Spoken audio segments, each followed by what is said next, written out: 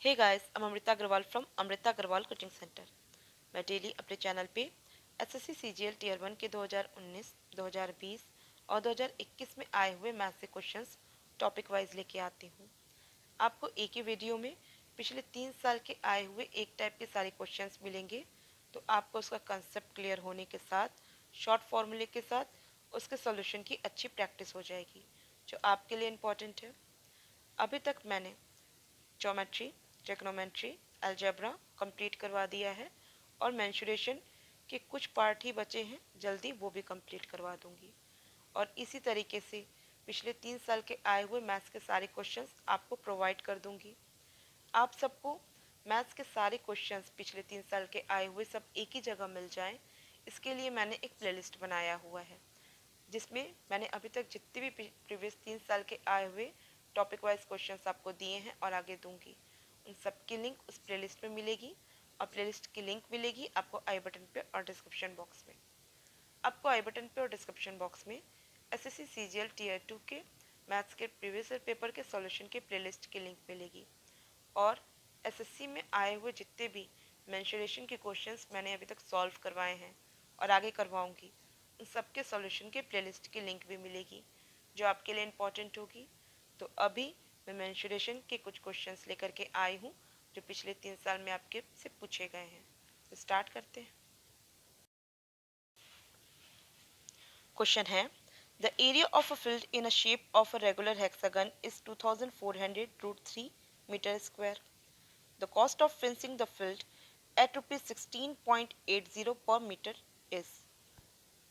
कह रहा है कि एक रेगुलर हेक्सागन की शेप का एक फील्ड है जिसकी एरिया 2400 मीटर स्क्वायर की है।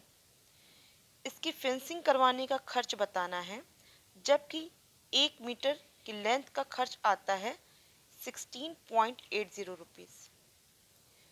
आप किसी भी फील्ड की फेंसिंग करवाएंगे तो आप इसकी बाउंड्री पे ही करवाएंगे, क्लियर है। और जब बाउंड्री पे आप फेंसिंग करवाएंगे तो ये जो लेंथ होगी ये इसकी पैरामीटर होगी। तो इसका मतलब कि मुझे जो फेंसिंग करवाने का कॉस्ट बतानी है, उसके लिए मुझे क्या करना होगा, इसका पैरामीटर फाइंड आउट करना होगा। और पैरामीटर मिलेगा मुझे मीटर में। तो जितना भी मीटर का इसके पैरामीटर आएगा उसमें मैं 16.80 से मल्टीप्लाई कर दूंगी, तो मुझे कॉस्ट पता चल जाएगा फेंसिंग का क्या होगा। क्योंकि 1 मीटर की लेंथ का कॉस्ट 16 रुपीज़ 80 पैसे है, तो जितना भी मीटर इसकी पैरामीटर है उसमें मैं इसको मल्टीप्लाई करूंगी, मुझे इसकी कॉस्ट पता चल जाएगी फेंसिंग की, क्लियर है।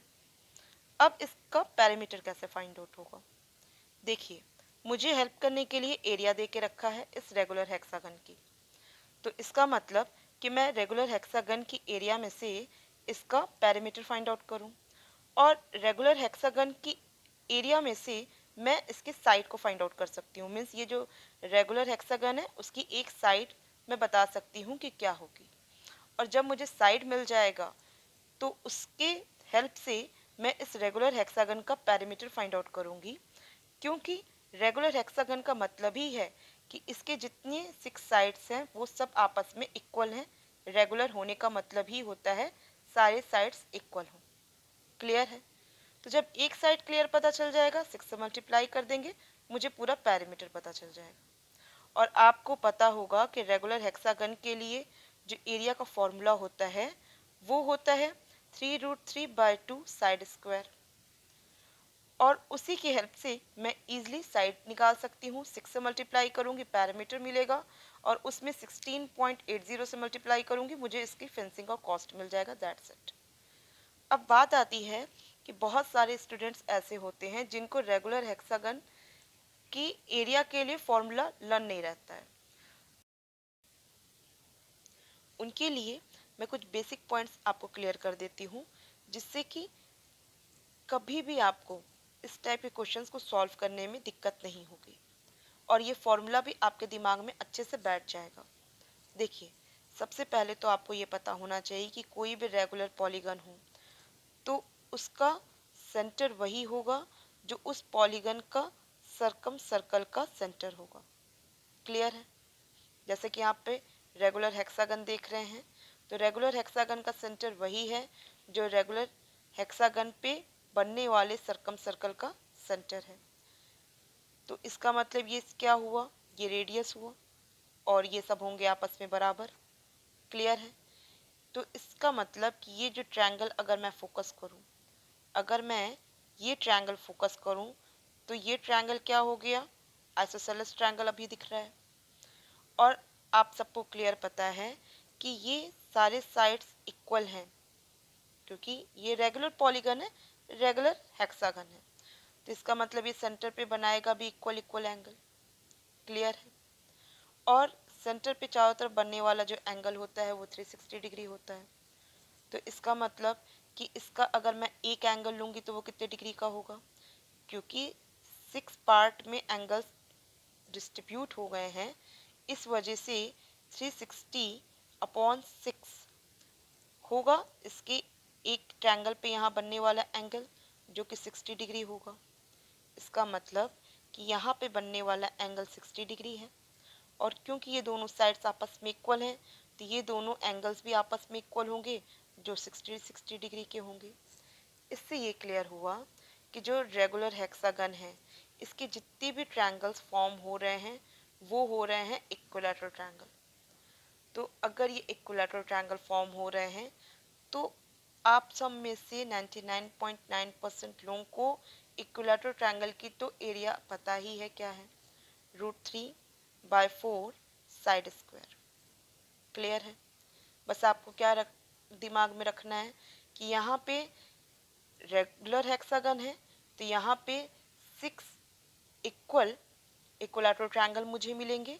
इसका मतलब एक इक्विलैटरल ट्रायंगल की एरिया इंटू 6 हो जाएगी इस रेगुलर हेक्सागन की एरिया। इससे फ़ायदा दो होगा। एक तो आप कभी भी इसका फॉर्मूला स्किप नहीं करेंगे। दूसरा फ़ायदा ये होगा कि जब भी आप इसका इस्तेमाल करेंगे आपको इसकी सारी बेसिक थ्योरी दिमाग में रिकॉल हो जाएगी और फिर आपसे कोई गलती होगी ही नहीं एग्जाम में। तो ये फॉर्मूला मेरे लिए तो मुझे बेस्ट लगता है और बाकी आपके ऊपर डिपेंड करता है, आप डायरेक्ट भी इसको अप्लाई कर सकते हैं एरिया के लिए। वो होगा 3√3/2 और साइड स्क्वायर ये होगा रेगुलर हेक्सागन की एरिया का फॉर्मूला। तो मैं इसी पे बेस्ड इसको सॉल्व करती हूँ। तो देखिए मैं करूँगी √3/4 side square into 6 equal to जिसकी एरिया दी हुई है 2400√3 मीटर स्क्वायर है। अब इसको लिखते नहीं है।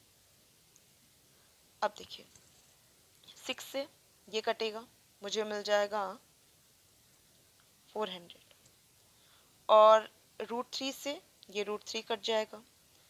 Side square upon 4 equal to 400, इसका मतलब side square equal to 400 into 4। फिर आप अगर इसका रूट ले लेंगे तो ऐसे में मुझे साइड की वैल्यू क्या मिल जाएगी, साइड की वैल्यू मिल जाएगी 40, क्योंकि साइड स्क्वायर इक्वल टू 1600 आएगा और साइड की वैल्यू हो जाएगी 40। तो साइड मुझे 40 मिला तो इसका मतलब इसका पैरामीटर क्या हुआ, इसका मतलब इसका जो पैरामीटर हुआ वो ये लेंथ 40 है ना, तो सबको ऐड करिए, 6 से मल्टीप्लाई कर दीजिए 40 को, तो इसका पैरामीटर पता चल जाएगा। लेकिन आपको इसका कॉस्ट बताना है फेंसिंग का क्या आएगा। आपको पता है 1 मीटर की लेंथ का कॉस्ट आता है 16 रुपीज़ 80 पैसे। तो यहाँ तो 40 इंटू 6 मीटर आ रहा है, यहाँ पे मीटर लिख देना चाहिए था। और यहाँ पे जब इतना मीटर आ रहा है तो इसे जब रुपीज़ में कन्वर्ट करें, इसका कॉस्ट में कन्वर्ट करेंगे तो क्या करेंगे हम यहाँ पे मल्टीप्लाई करेंगे 16.80 का, तो इतना ये रुपीज़ में आएगा आंसर। तो इसको सॉल्व करिए। सॉल्व करने में मैं ये जो 40 का ये ज़ीरो हटा दूँ, ये डेसिमल भी रिमूव हो जाएगा और यहाँ पे इसको 6 4 24, 24 का 168 से मल्टीप्लाई करेंगे और मुझे वैल्यू मिल जाएगी 4032, जो कि फर्स्ट ऑप्शन होगा। आई होप आप सबको क्लियर है। क्वेश्चन है ABCDEF is a regular hexagon. Side of the hexagon is 36 centimeter. What is the area of the triangle ABC? कह रहा है कि A B, C, D, E, F एक रेगुलर हेक्सागन है जिसके सभी साइड्स, मतलब इसके जितने 6 साइड्स बनेंगे वो सब 36 सेंटीमीटर के होंगे। आपको बताना है कि ट्रायंगल ए बी सी की एरिया क्या होगा। Means area of triangle A B C means ये एरिया, इसकी एरिया आपको बतानी है कि क्या है। आपको पता है कि ये रेगुलर हेक्सागन है, तो यहाँ जितने भी ये 6 ट्रायंगल्स फॉर्म हो रहे हैं ये इक्विलैटरल ट्रायंगल फॉर्म हो रहे हैं। क्लियर है? यहाँ पे ये जो ट्रायंगल है ये सब इक्विलैटरल ट्रायंगल है। तो इसका मतलब क्या है कि यहाँ पे अगर मैं सेंटर मान लूँ इसका रेगुलर हेक्सागन का कि ओ है, तो ओ से सी को अगर मिला दूँ और ओ से ए को मिला दूँ, ठीक है, तो ऐसे में ये साइड इक्वल होगा इस साइड के, और ये साइड ऑलरेडी इक्वल इसके तो है ही, रेगुलर हेक्सागन है, और इसके भी इक्वल होगा। तो इस प्रकार ए बी सी ओ ये जो क्वाड्रिलेटरल मुझे दिख रहा है ये होगा रोम्बस, क्योंकि रोम्बस के सभी साइड्स आपस में इक्वल होते हैं। लेकिन रेगुलर हेक्सागन की जो इंटीरियर एंगल होता है वो 120 डिग्री का होता है, और आप देख भी रहे हैं दो इक्विलैटरल ट्रायंगल हैं 60-60 डिग्री के हुए, तो each interior angle of a regular hexagon 120 degree ही आना है। तो जब 120 डिग्री है तो ये ऑफ कोर्स रोम्बस ही हो सकता है, स्क्वायर तो हो नहीं सकता है, क्योंकि स्क्वायर होने की कंडीशन तो 90 डिग्री है। तो जब ये रोम्बस है तो आपको रोम्बस के बारे में ये पता होना चाहिए कि इसके जो डायगोनल्स होते हैं ना, इसके डायगोनल्स इस रोम्बस की एरिया को दो इक्वल भाग में बांट देते हैं। मतलब अगर मैं एक डायगोनल की बात करूं एसी की, तो ये जो एसी है इस रोम्बस की एरिया को दो इक्वल भाग में बांटती है। क्लियर है? तो अगर आपको यहाँ पे रोम्बस की एरिया देखनी है तो आप क्या करेंगे, आप तो देखेंगे ना कि ये दो इक्विलैटरल ट्रायंगल की से मिलके बना है रोम्बस, तो ऐसे में मैं एक इक्विलैटरल ट्रायंगल की एरिया को निकालूं और उसे डबल कर दूं तो मुझे रोम्बस की एरिया मिल जाएगी। लेकिन क्योंकि मुझे एरिया चाहिए ए बी सी की, तो मुझे क्या करना होगा, उस रोम्बस की एरिया को करना होगा हाफ। क्लियर? और हाफ करना होगा तो इसका मतलब कि जो दो इक्विलैटरल ट्रायंगल की एरिया थी, जो दो इक्विलैटरल ट्रायंगल की एरिया थी अब हाफ होके वो वन इक्विलैटरल ट्रायंगल की एरिया में कन्वर्ट हो गई। तो ओवरऑल आप इसके सिर्फ एक इक्विलैटरल ट्रायंगल की एरिया फाइंड आउट करिए, वही होगी area of triangle A B C. That's it, किसी को कोई डाउट नहीं है। तो अब क्या करना है, सिर्फ इक्विलैटरल ट्रायंगल की एरिया का फॉर्मूला अप्लाई करिए, √3/4 side square means 36 square, 36 into 36 कर देते हैं। अब इसे सॉल्व कर लेते हैं, 9 टाइम्स जाएगा और 9 का 36 से मल्टीप्लाई करेंगे 324 हो जाएगा, 324√3, 324√3 सेंटीमीटर स्क्वायर। ये फर्स्ट ऑप्शन सिंपल है। आई होप आपको सारे पॉइंट्स क्लियर समझ में आए हैं। आपके एग्जाम में ऐसे बहुत ज़्यादा क्वेश्चन बनते हैं, जैसे कि यहाँ पे अभी आपसे यहाँ पे ये एरिया पूछ लिया, ठीक है, तो आप क्या किए, आप एक इक्विलैटरल ट्रायंगल के एरिया को निकाले। आपसे एरिया ऐसे भी पूछता है, यहाँ पे ऐसे मिला देता हूँ, इसको फ्रेश कर देती हूँ, देखिए यहाँ से ऐसे मिलाता, यहाँ से ऐसे मिलाता, और कहता बताइए अब इसकी एरिया क्या होगी। तो आप जान रहे हैं कि जब ये एक एरिया निकली एक इक्विलैटरल ट्रायंगल की एरिया, तो इसका मतलब ये एरिया कितने, क्या इक्विलैटरल ट्रायंगल की एरिया होगी, ये एक बार फिर से दिखाऊं, ये एरिया जो होगी ये एक इक्विलैटरल ट्रायंगल की एरिया होगी। और अभी आपको जो मैंने ट्रायंगल बना के बताया कि जो एग्जाम में पूछता है, जैसे ये ए बना देगा, ये बी बना देगा, ये सी बना देगा।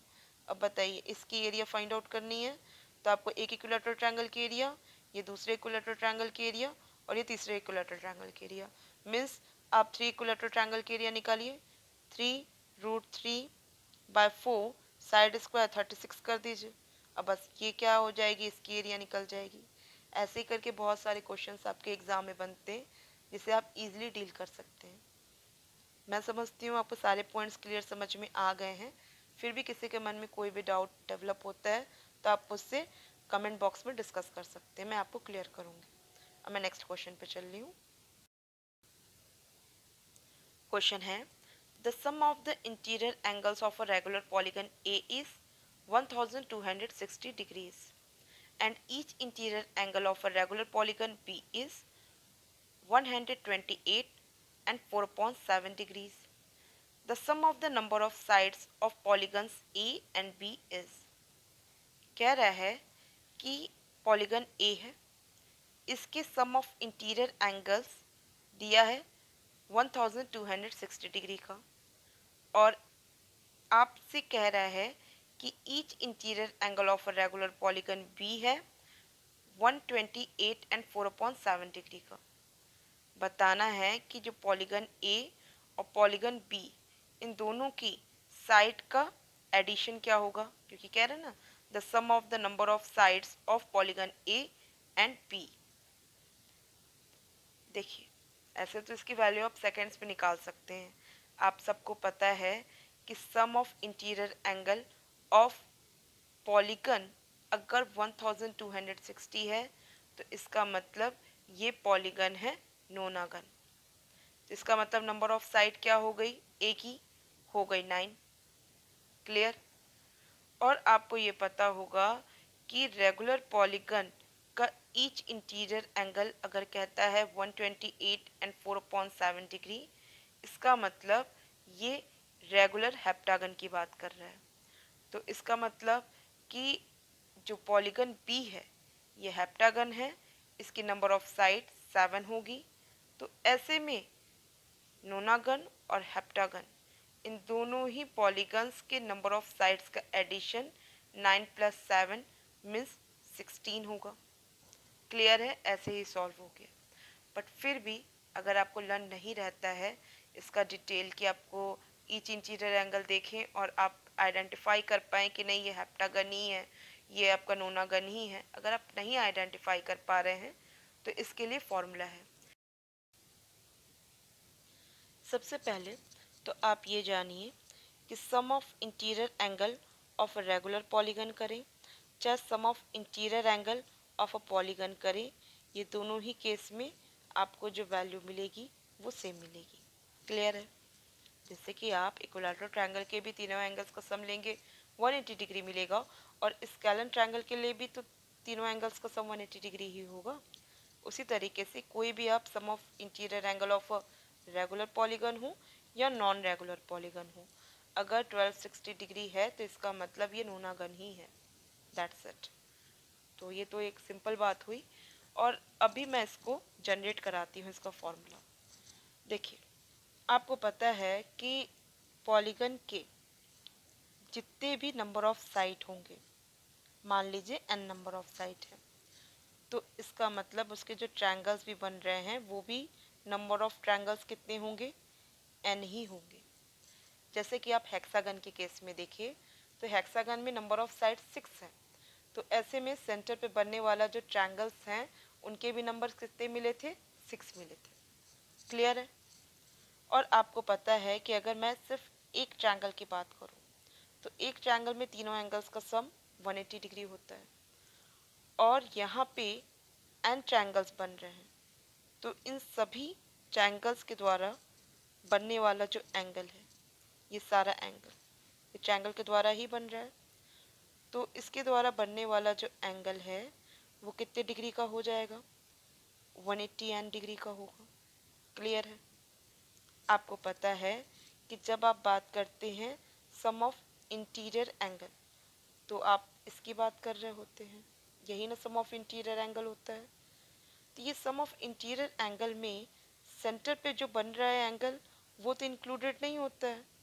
तो इसका मतलब कि जब मैं 180 n की तो वहाँ तो सेंटर पे भी बनने वाला एंगल इंक्लूड हो गया ना। इसका मतलब मुझे सेंटर पे बनने वाला एंगल को 180 n में से माइनस करना होगा। आपको पता है कि सेंटर पे जो एंगल बनेगा वो 360 डिग्री का होगा, 360 माइनस कर दिए। अब मुझे sum of interior angle of a polygon पता चल गया, ये होगा 180 n माइनस 360। क्लियर है। अगर ये फॉर्मूला अगर आप अपने दिमाग में रखते हैं तो मैं समझती हूँ कि आपको इसका बेसिक कंसेप्ट एकदम रिकॉल हो जाएगा। जैसे ही आप इसको कोई भी क्वेश्चन पढ़ेंगे और आपके दिमाग में इसके लिए फॉर्मूला आएगा, और जब आपके दिमाग में ये फॉर्मूला आएगा तो आपको कंसेप्ट सहित आएगा, और कंसेप्ट सहित आएगा मतलब आप सारे बेसिक चीज़ों को सेकेंड्स में रिकॉल कर लेंगे। तो आपको इसके जो सारे पॉइंट्स हैं, बेसिक पॉइंट्स हैं, वो सब हमेशा दिमाग में सेव पड़े रहेंगे। और कोई भी क्वेश्चन जब आपके सामने इस पे बेस्ड आएगा तो उसे आप बहुत जल्दी सॉल्व भी कर लेंगे और गलती की कोई गुंजाइश नहीं होगी, कन्फ्यूज़न नाम की तो कोई चीज़ नहीं होगी। तो मैं समझती हूँ कि ये फॉर्मूला अगर आप अपने दिमाग में रखते हैं तो ये आपके दिमाग में लंबे समय तक रहता है और आपको इसका फ़ायदा बाकी सारे क्वेश्चंस को करने में बहुत मिलेगा। मैं मेरे लिए तो यही चीज़ ज़्यादा वर्क की है, इस वजह से मैंने आपको एक्सप्लेन किया। अदरवाइज़ आपकी मर्ज़ी, बहुत से फॉर्मूले हैं इसे लर्न करने के लिए। अब मैं इसकी हेल्प से ही इसके number of side find out करती हूँ। यहाँ पे सम ऑफ इंटीरियर एंगल दिया हुआ है 1260, तो ये किसके इक्वल हो गया? 1260 के इक्वल हो गया। क्लियर है? अब यहाँ से मैं एन फाइंड आउट करने के लिए क्या करूँगी? 180 एन इक्वल टू 1260 प्लस 360 कर दूंगी। ये जो माइनस 360 है इक्वल के दूसरे साइड भेज दूंगी और 1260 में 360 ऐड हो जाएगा। ऐसे में जो वैल्यू मिलेगी वो मिलेगी 1620। और मुझे number of N find out करना है क्योंकि नंबर ऑफ एन जो होगा वही इसका नंबर ऑफ साइड है। तो इसके लिए मुझे क्या करना पड़ेगा? 180 से डिवाइड करना पड़ेगा। और जब मैं सबसे पहले 9 से कट लगाती हूँ 2 टाइम्स जाता है, यहाँ कट लगाऊंगी 18 टाइम्स जाएगा, फिर कट लगाऊंगी ये 9 टाइम्स चला जाएगा। मीन्स नंबर ऑफ साइड मुझे रेगुलर पॉलीगन की क्या मिली? 9 मिली। क्लियर? तो यहाँ पे मुझे नंबर ऑफ साइड 9 मिल चुकी है पॉलीगन ए की। अब यहाँ पे मुझे फाइंड आउट करना है each interior angle of a regular polygon whose each interior angle is 128 and 4/7 degree। देखिए, जब भी बात आती है ईच इंटीरियर एंगल की तो यहाँ पे रेगुलर पॉलीगन ही होता है, जनरल बात है। और अब आपको इसे आइडेंटिफाई करने के लिए फॉर्मूला बताती हूँ। जैसे कि आप सम ऑफ इंटीरियर एंगल के लिए क्या किए रहे? 180 एंड माइनस 360 किए रहे, तो आपको सम ऑफ इंटीरियर एंगल मिला रहा। आपको पता है कि रेगुलर पॉलीगन की जितने भी इंटीरियर एंगल है ना, ये सब आपस में इक्वल है। और जितने नंबर ऑफ साइड्स बन रहे हैं यहाँ पे उतने ही ईच इंटीरियर एंगल भी मतलब उतने ही एंगल बन रहे हैं यहाँ पे। नंबर ऑफ साइड जितने हैं उतने ही ट्रायंगल्स भी बनते हैं, उतने ही आपके इंटीरियर एंगल्स भी बनते हैं। क्लियर? तो इसका मतलब कि यहाँ पे नंबर ऑफ इंटीरियर एंगल कितने बने? एन बने। आपको सम ऑफ इंटीरियर एंगल दिया हुआ है ये, तो इसमें अगर मैं एन से डिवाइड कर दूं तो आपको each interior angle of a regular polygon मिल जाएगा। और यही फॉर्मूला हो गया इसका। That's it. और ये किसके इक्वल होगा? ये इक्वल होगा 128 एंड 4/7 के इक्वल। 128 एंड 4/7 को मैं लिख सकती हूँ 900/7। क्लियर?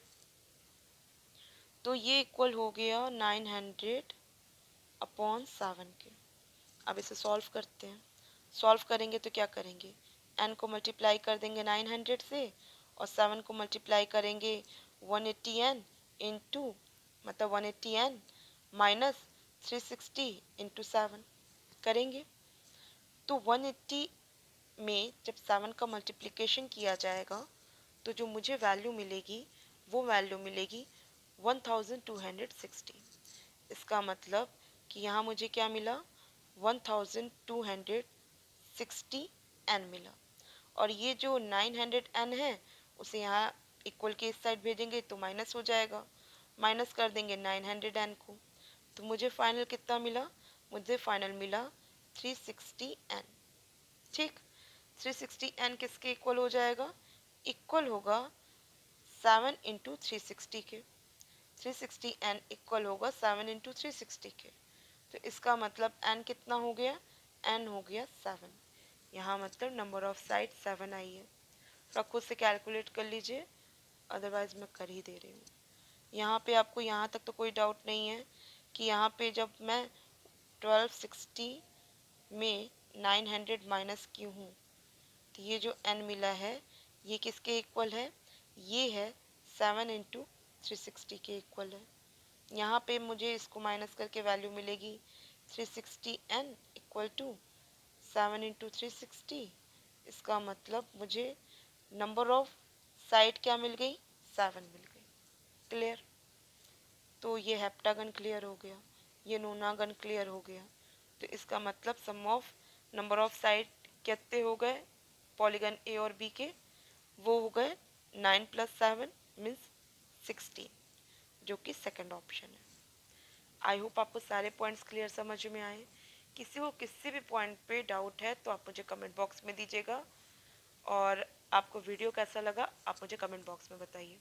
अगर आपको वीडियो पसंद आया है तो आप इसे लाइक कीजिए, और आप चाहते हैं मेरे अपकमिंग वीडियोस आप तक ईजिली पहुंचे तो इसके लिए आपको मेरे चैनल को सब्सक्राइब करना होगा और बेल बटन दबाना होगा। और साथ में मेरे समझाने के मेथड के बारे में भी आप रिव्यू दीजिए कि मेरे समझाने का तरीका आपको कैसा लग रहा है, आपको समझने में ईजी पड़ रहा है कि टफ पड़ रहा है। उसी हिसाब से मैं अपने समझाने के तरीके को बदलूंगी। मेरे हिसाब से अभी मुझे लग रहा है कि ये तरीका आपके समझने के लिए सही है, क्योंकि मैंने खुद के लिए ये चीज़ अप्लाई की हुई है। और अगर आप लोगों को सही नहीं लगेगा, आप जो चेंज करवाना चाहते हैं आप मुझे कमेंट बॉक्स में दीजिएगा, फिर मैं अपना तरीका थोड़ा चेंज करके आपको दूंगी। तो आई होप आपको वीडियो आज का पसंद आया हो। Thank you.